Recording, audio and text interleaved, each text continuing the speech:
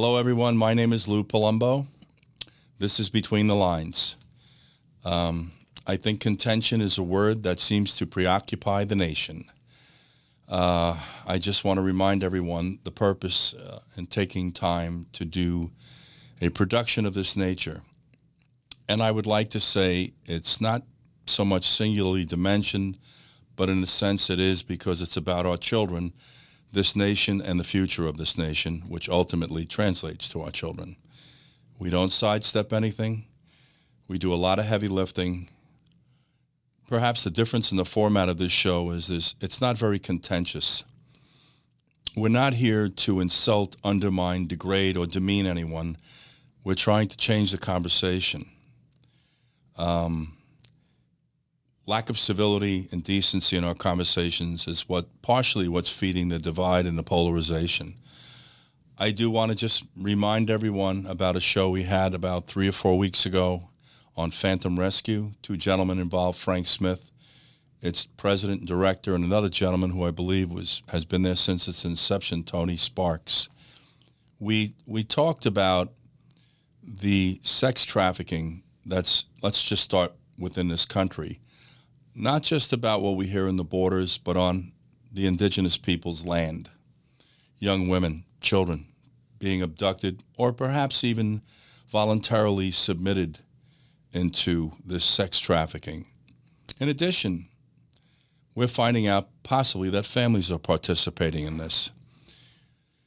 Egregious unto itself, perhaps equally as egregious is the fact that there seems to be no task force or interest on the part of the government to really go after this issue. So we're going to continue to remind everyone on a weekly basis until it becomes part of the mainstream of your thought that this is a very serious problem. Tragically, a lot has happened to this country that just only lends itself to a declination in its mental health. I think it's fed by the fact we're overpopulated to a degree. I've mentioned numerous times. We've increased our population by 135 million since 1970. With that growth comes the growth exponentially of problems. We seem to lack leadership, and I do not want to pick on one side of the aisle as opposed to the other. I think it's prevalent in both of our political entities. One of our political entities, though, the manner in which they're conducting business is alarming. Don't want to politicize it, just ask you to, independent of anything you hear, independently investigate what's going on in your major cities to start within your borders. You know, of course, the thing that always resonates with us is when they put their hand in our pocket. You know, suddenly we're concerned about how much we're paying for gas and other commodities like meat and potatoes and bread and any number of other things. But we have a lot of issues in this country today. And my personal belief is that they are fixable. It's just a matter of changing the way we do business, changing the conversation. So I do want to mention today, as I do every podcast, the support we're receiving from Instacart and from Buzzsprout. I would like to speak a bit more extensively later in the show, but just to give you a quick overview, they are both user-friendly. Instacart is something that I use in my family, myself. It's a convenience, to put it politely, where you can just go online and order commodities from a grocery store and have them delivered to your home. Cannot at times put enough value on something as convenient as that. And as far as Buzzsprout goes, if you're entertaining doing a podcast, I highly recommend that you investigate Buzzsprout, and we use it ourselves. So in any case, I'm going to tell you this on the heels of the sex trafficking opening. A week from today, we're going to have, and this is a little preemption, we're going to have a gentleman on the show who's going to talk to you about what's going on in Washington, D.C. and the solicitation of minors for sex. Pedophiles, we call them. In any case, I just wanted to mention a few things, give you a little food for thought. I want to remind you, my mission is not to have engage in an exercise of spoon feeding you. I think the American public needs to step away from this notion that anything you hear through the media is automatically dogma or law. It's not. These are people's opinions. And I think being protected by the First Amendment of the Constitution, the Bill of Rights. Some of us have just stepped away from our responsibility of providing responsible information, not our political views, our personal likes and dislikes, or our opinions. That's it. So real quickly, we're going to have a guest coming on. We're going to have a rather in-depth discussion about the Ukraine. And the reason I have so much interest is because it's becoming a point of contention. We're going to have a guest today, a gentleman by the name of Taras Kuzio. He is a professor in the Department of Political Science, National University in Kiev, Molia Academy in Holland. Please excuse my lack of pronunciation and or diction. He has written 17 books and has another one coming out this January 27th. He has a PhD in political science with a specialty in Ukrainian nation building and national identity. He's also postdoctoral research. His postdoctoral research was done at Yale University. So after that, if we have time, we're going to move on to some emails. But I just want to take a quick break with you and then introduce this gentleman, because I think you're going to find some answers to questions regarding the Ukraine, its importance, why we're insinuating ourselves into this region of the world again. And I believe that this gentleman, and I hope I'm pronouncing his name correctly, and I will get a clarification from him, Kuzio, can give us some insight. So we're going to be right back. Stick with us. Instacart, another interesting concept. You can go to your favorite grocery stores, sign on to their application without leaving your home, the comfort of your home. Just pick out the items you'd like. They'll assign a personal shopper for you and deliver them to the point that you would like them delivered to. Another great concept, very user-friendly, and I'll be honest, we use it also. It's very effective, and they're very, very good. They're very on point. Okay, guys, so with us today, we have a gentleman, Taras Kuzio. I want to get right into this show.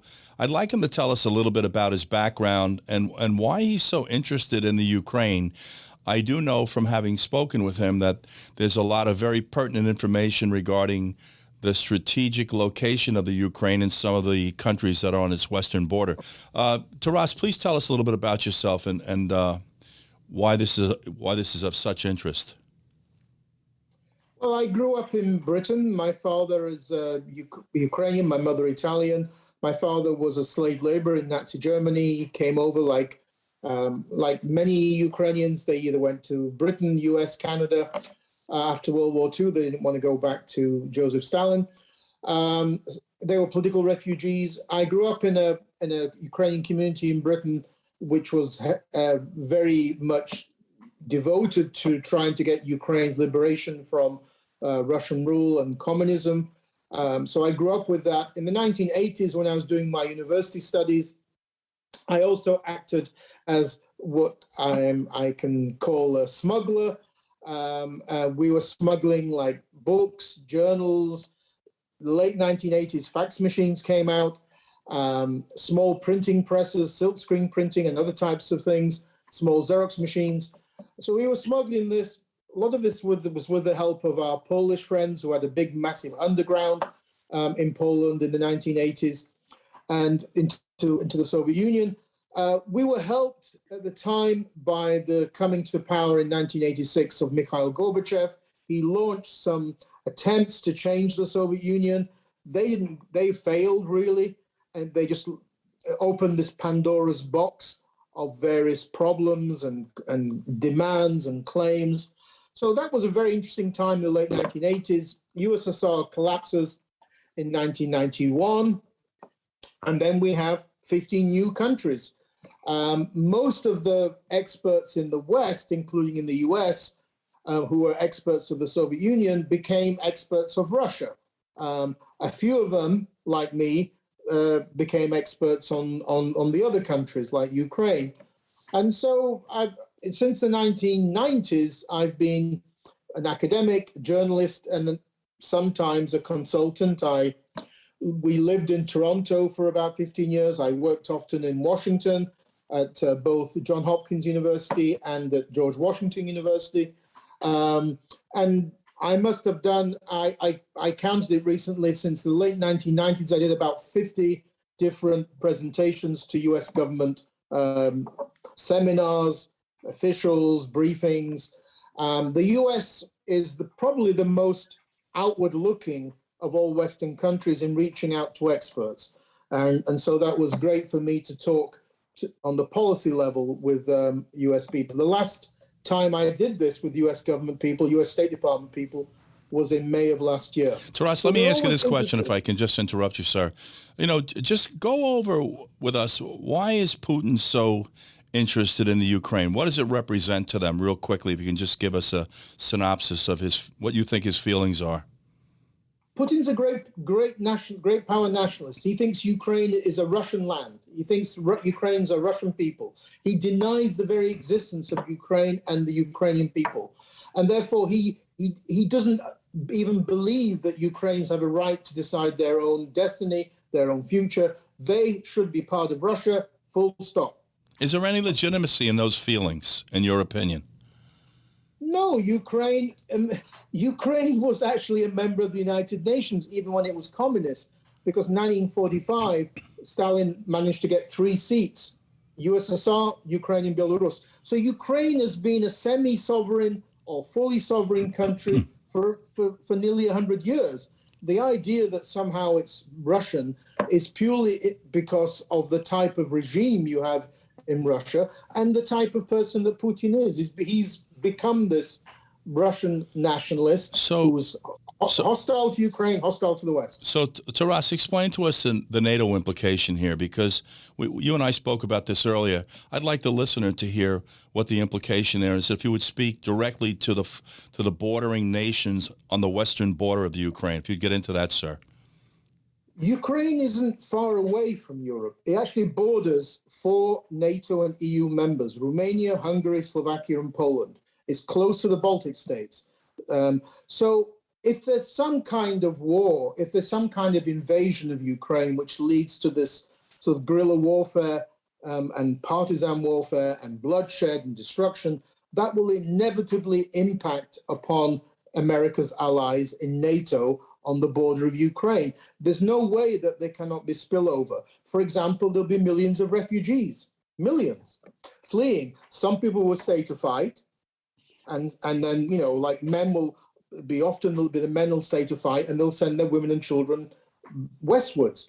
So there's no way that some kind of invasion or war in Ukraine can be sort of isolated, contained within Ukraine. It's inevitably going to bring in.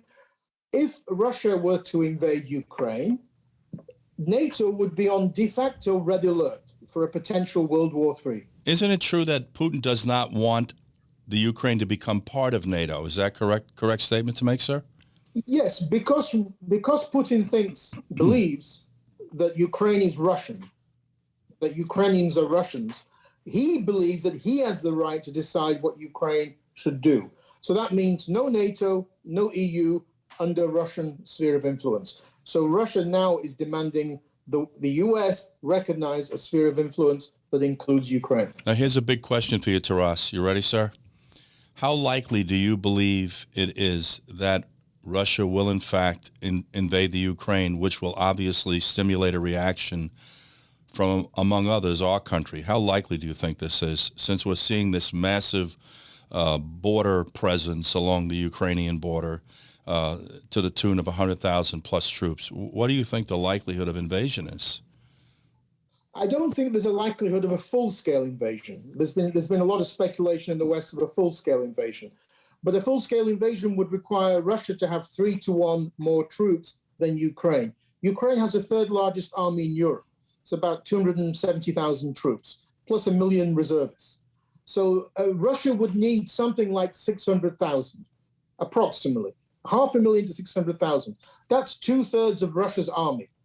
That would require Russia to withdraw its troops from the Chinese border, Central Asia, etc. So even if it's 175,000, which is the projection by the end of January, I don't think it's enough for a full-scale invasion. Ukraine. So what's the purpose of this exercise? I mean, Taras. He's a bully. Okay. He's a bully. And does he think that we're going to achieve what he wants through a tactic of intimidation? Is that what he thinks? Yes. He really does. He combines this bullying with these ultimatum that he's made to the US and to NATO but you now have to give me these things, which includes written security guarantees. And so he combines the two. He's tried over the last 8 years to get Ukraine to agree to capitulate to his demands through the diplomatic process, through the peace process that's been going on for 8 years. That's failed. Ukrainians have not put their hands in the air and said, we surrender. And so therefore, Putin's gone to plan B. Plan B is this mix of military bullying on the border, the threat to invade, or the threat to do pinprick invasions, not a full-scale invasion, but like small-scale invasions in various parts of the country. And also these very aggressive ultimatums to the West. Guys, we're going to take a quick break. We're going to come right back. With us today is a gentleman by the name of Taras Kuzio. I would say he's as well-versed as you possibly can be regarding the politics involving the Ukraine and its impact. And he's explaining to us why there is interest on the part of Putin and Russia and the United States and the countries west of Ukraine. We're going to be right back, guys. Stick with us. So let me tell you a little bit about Buzzsprout. Very interesting concept. Basically, it allows you to set up your own podcast. One of the most advantageous things about using Buzzsprout is it's user-friendly. So I encourage you highly, if your inclination is to create your own podcast, please look into Buzzsprout. And by the way, we use it. We are back. With us today, we have a gentleman, Taras Kuzio. He is a highly educated individual. He's written 17 books. Due for release on January 27th is a book titled Russian Nationalism, Russian-Ukraine War. And I want to go into this question with you, Taras, regarding the United States and their relationship with the Ukraine. It is not uncommon that countries such as ours and Russia, for example, arm and fund other countries for the purpose of resistance. Are you left with that impression regarding our country right now, the United States, and their relationship with the Ukraine? Do you think we're behind the scenes arming, funding advisors as we've done in the past, like in Vietnam and other countries? Well, I don't think it's not on the scale of what was going on in Vietnam or Afghanistan even. But certainly the US and some other US allies within NATO, like Britain, Canada, some Scandinavian countries, Eastern European countries like Poland, they're certainly very active.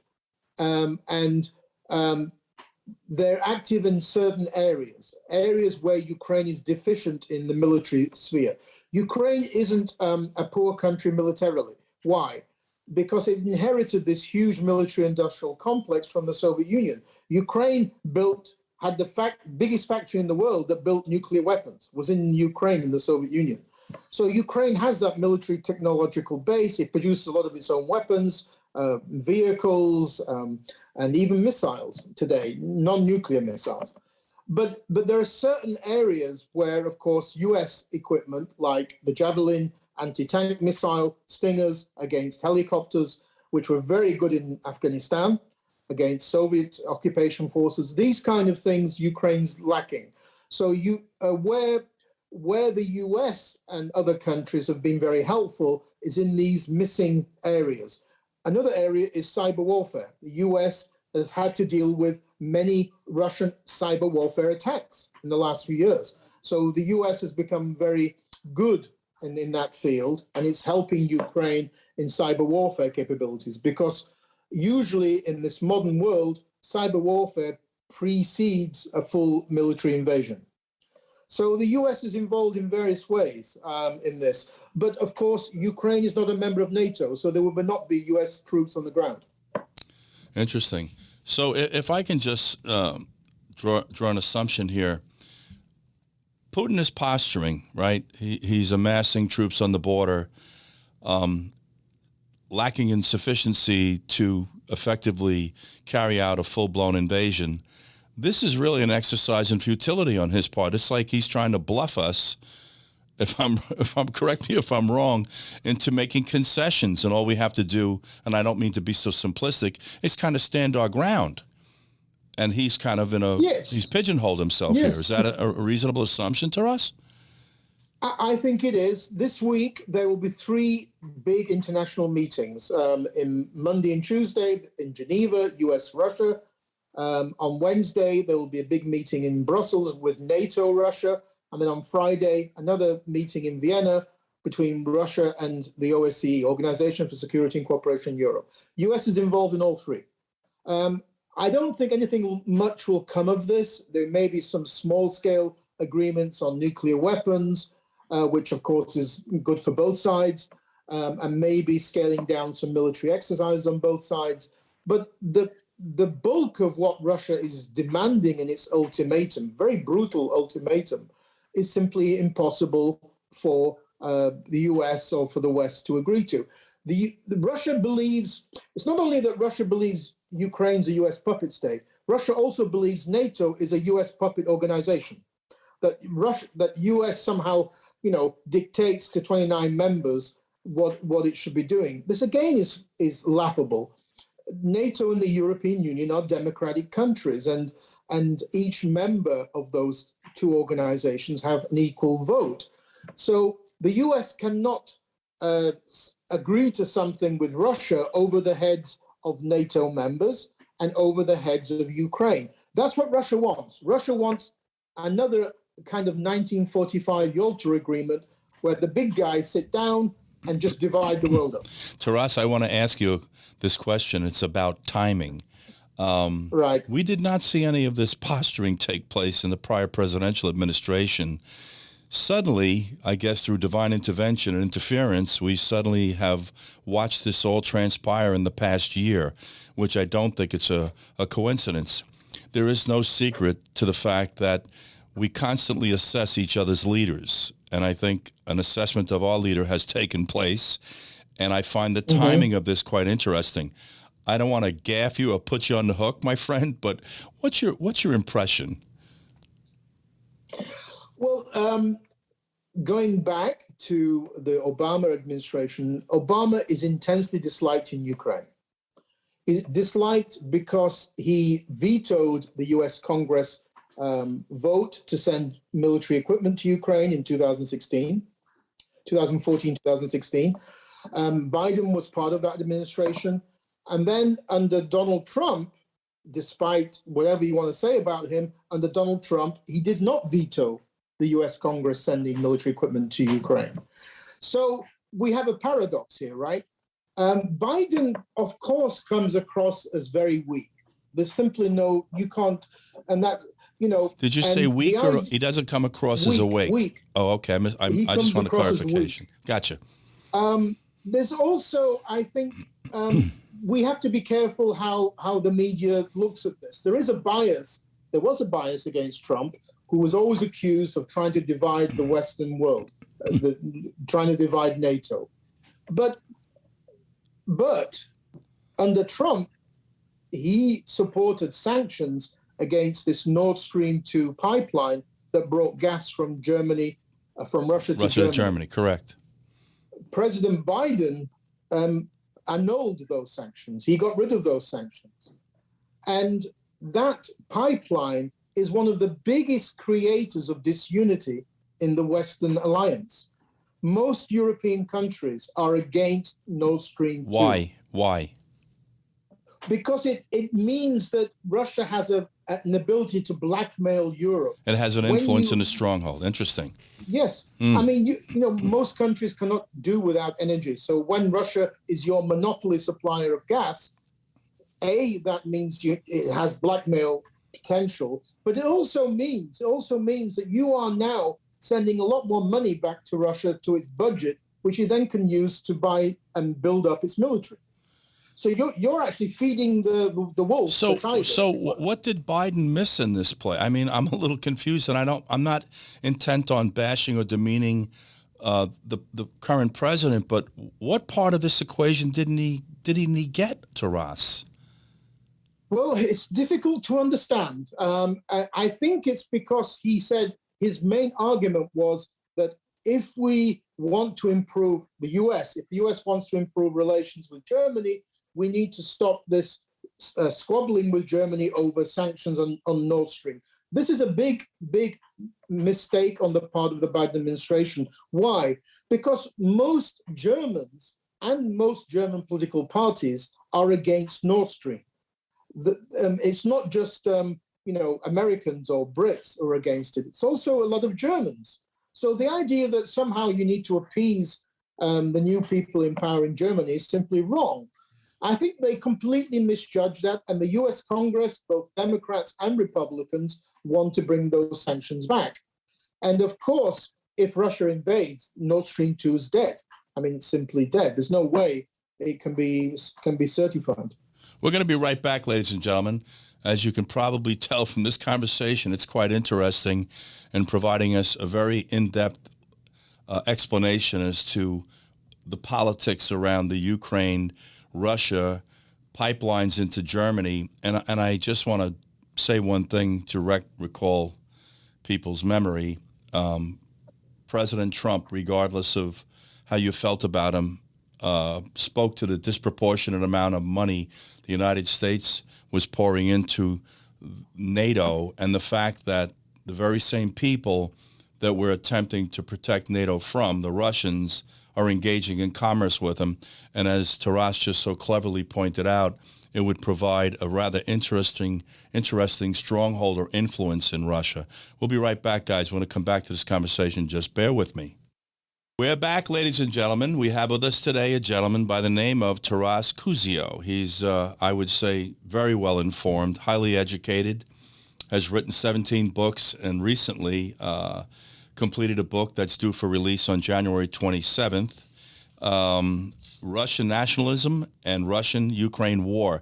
I want to get back into this conversation with you and point out a bit of contradiction. As we're witnessing our current president okaying a pipeline between Russia and Germany, we're shutting down ours. I'm a little confused as to why we have such conflicting agendas. Obviously, we're concerned about ecology and the planet and this green tempo that's going on in our country, which I think should really translate universally across the globe. We're shutting down our pipelines, but we're endorsing Russia engaging in building or completing pipelines with a Western European nation, Germany, which has a lot of implications over and above the fact that we're supplying oil. So you want to give us a little insight of your impressions on this, Taras? Because this is getting, I hate to say funnier by the moment, but it is. Go ahead, my friend. It is. As they say, you can't make this thing up. I'd like to use the right word for that, too. You can't make this up, but that's been bleeped. Yes, you can't. You can only say that on an American show. I know that. I got somebody here managing me, so I'm okay. So there are two aspects to this. You're absolutely right. The irony is that the political party in Germany, which is the most opposed to this pipeline, are German Greens. The German Green Party are the most opposed. They're opposed to it for geopolitical reasons, because it leads to Germany being completely reliant on Russian gas. But more importantly, they're opposed to it for environmental reasons. This is terrible for the Baltic Sea, for the environment.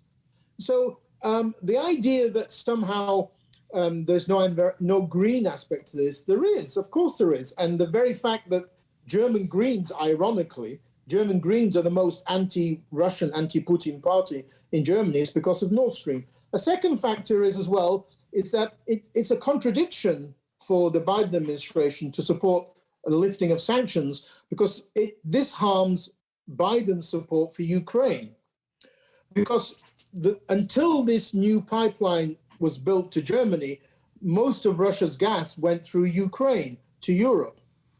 Because Ukraine's going to lose that business, it will now lose, because of this new pipeline, it will now lose $3 billion a year in transit fees. And it will make Russia more able to launch military attacks against Ukraine. Because one of the factors that made Russia desist from attacking Ukraine before was because Russia's gas was going across Ukraine. So Biden's support for lifting sanctions is absolutely has no rationale or logic at all. consistent with the administration, unfortunately. I do want to ask you this. Are China's fingerprints on this anywhere? China is supporting Russia in its aggressive antics against the West, against the US, and against Ukraine. And also that's in a more general sense, but in a more deliberate sense because of Taiwan. China looks at Taiwan in the same ways as Russia looks at Ukraine. China sees Taiwan as part of the homeland. They're Chinese. They should be part of China.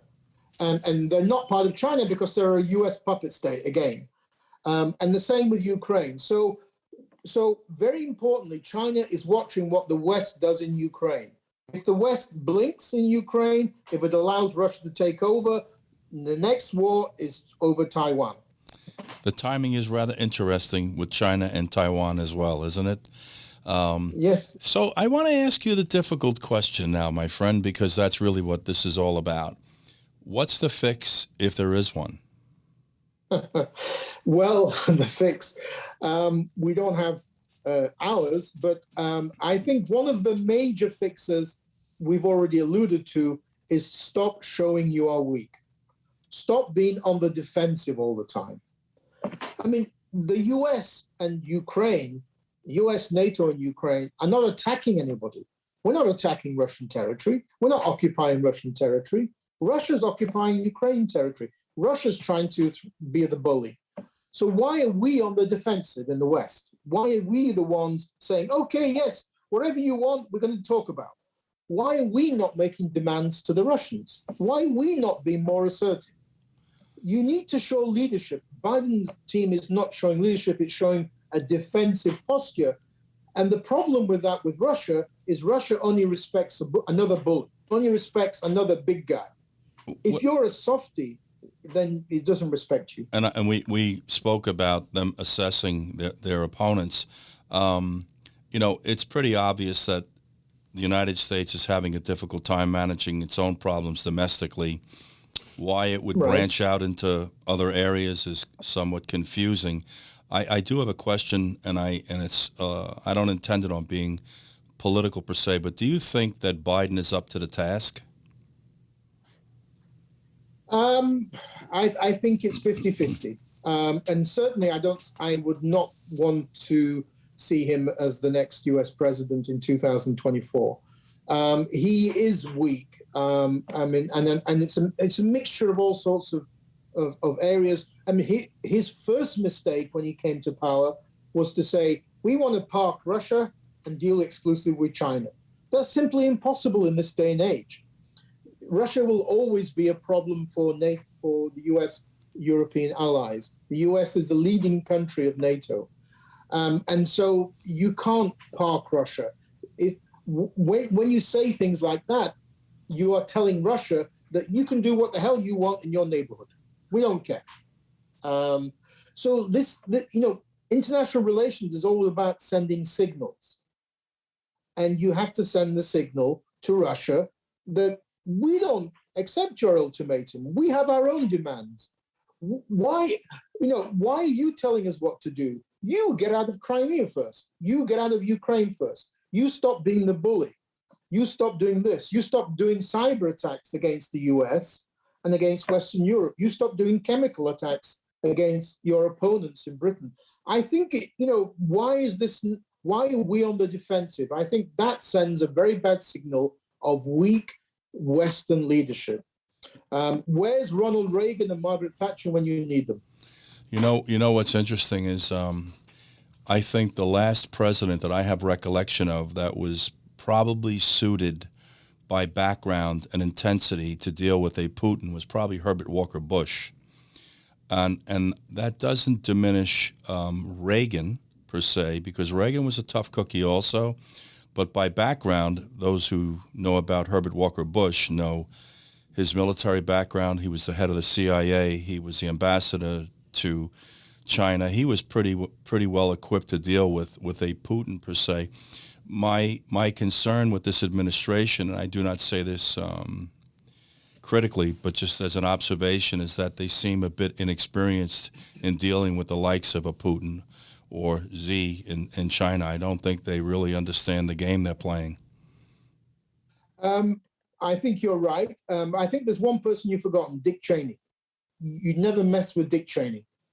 When he was vice president, he told the Russians exactly what he thought. And he was a strong supporter of NATO enlargement, strong supporter of dealing, as a tough man with Russia. That's the only way you'll get respect.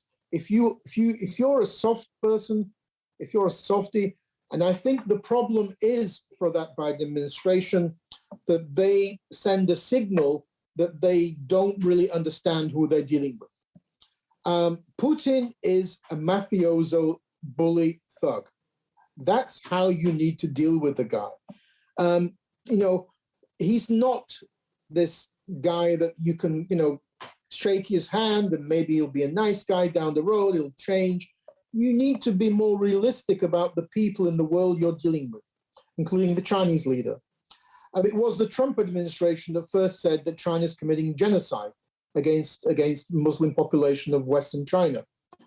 And so I think you're right that there is this kind of liberal naivety that of not really wanting to believe who we're dealing with. Taras, you know why I struggle with this, though? I have to be honest with you. You're correct in everything you're saying. The part that's difficult to reconcile is that we have a president that's been in the political mechanism of our country for over 45 years as an elected official. How in God's name are you not familiar with the mentality of Putin, the Russians, and the Chinese? I'm missing something. And then we could go off into another tangential discussion about Hunter, and is there really any meat and potatoes to the allegations that are being levied against him? This is all really disturbing. And, ultimately we should have a concern as to what this could ultimately translate to. And I hope that isn't another engagement, similar to what we just went through in the Middle East, or perhaps even worse, a third world war. I want to ask you about the U.S. ambassador, Christina, and I'm going to spell her name, Kvien. How would I pronounce that, sir? Kvien? Yes. But at the moment, there isn't an ambassador in Kiev. At the moment, there isn't. No. I'm referring to the ambassador, the U.S. ambassador. Her last name is spelled Kvien. Christina? Yes. Are you familiar with who I'm referring to? Yes. And the question I have regarding her is she up to task? Well, as I mentioned, at the moment, there isn't. I mean, I could be wrong, but at the moment, as far as I understand, there isn't a U.S. ambassador in Ukraine. That's one of the Russia, criticisms. Is she? To Russia, yes.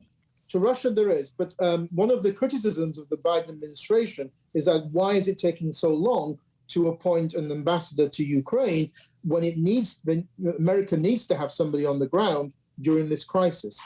And it's been, the Biden administration has been in power for nearly 2 years now. So why is that the case? In Russia, I don't know much about what she's up to, but I think that we have to appreciate that we see them in journalism, academia, in politics, that they're always going to be a group of people who want to see the good side of people, who want to have this liberal approach. I always have these debates with my own wife about this. I'm more hard-nosed about looking at people than she is. She always wants to see the good side in people. I think that sometimes you can't do that with certain groups of people. And Putin is one of those. The Chinese leader is one of those. Those are two leaders who would love to see the U.S. and other countries destroyed. They I don't want to say hate, but they certainly have an intense dislike for us in the West. They dislike our political system, and they have old historical grudges against us.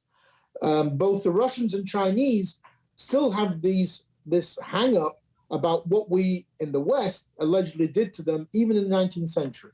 And I'm not even exaggerating there. So they have these hang-ups about how the West always put them down, and we're now going to get our own back on you guys. So you have to understand where these guys are coming from. And I don't think that somebody like Obama, like Biden, does. I think others are, other political leaders, maybe Bill Clinton was a bit more hard-nosed, but there's a kind of a liberal wishful thinking, shall we say, there about these people, as opposed to saying, who the hell are you as this kleptocratic, corrupt mafioso bully telling us what to do? I want to ask you this. Giving us the ultimatum? I want to ask you this final question. What's our next move? What's our next move here, Taras? The West has to make sure that no large-scale war breaks out between Ukraine and Russia, because that could be a potential slippery slope to something far more dangerous. How do we prevent that? We need to prevent that by making sure that Ukraine is sufficiently supported militarily, not with U.S. troops, trainers, sure, but with equipment, with intelligence support, with cyber warfare support, so that prevents Russia from even contemplating the idea of moving in. Because Ukraine is the kind of buffer state before Russia would get to NATO and U.S. allies. If Russia gets into Poland, then the U.S. has to go in.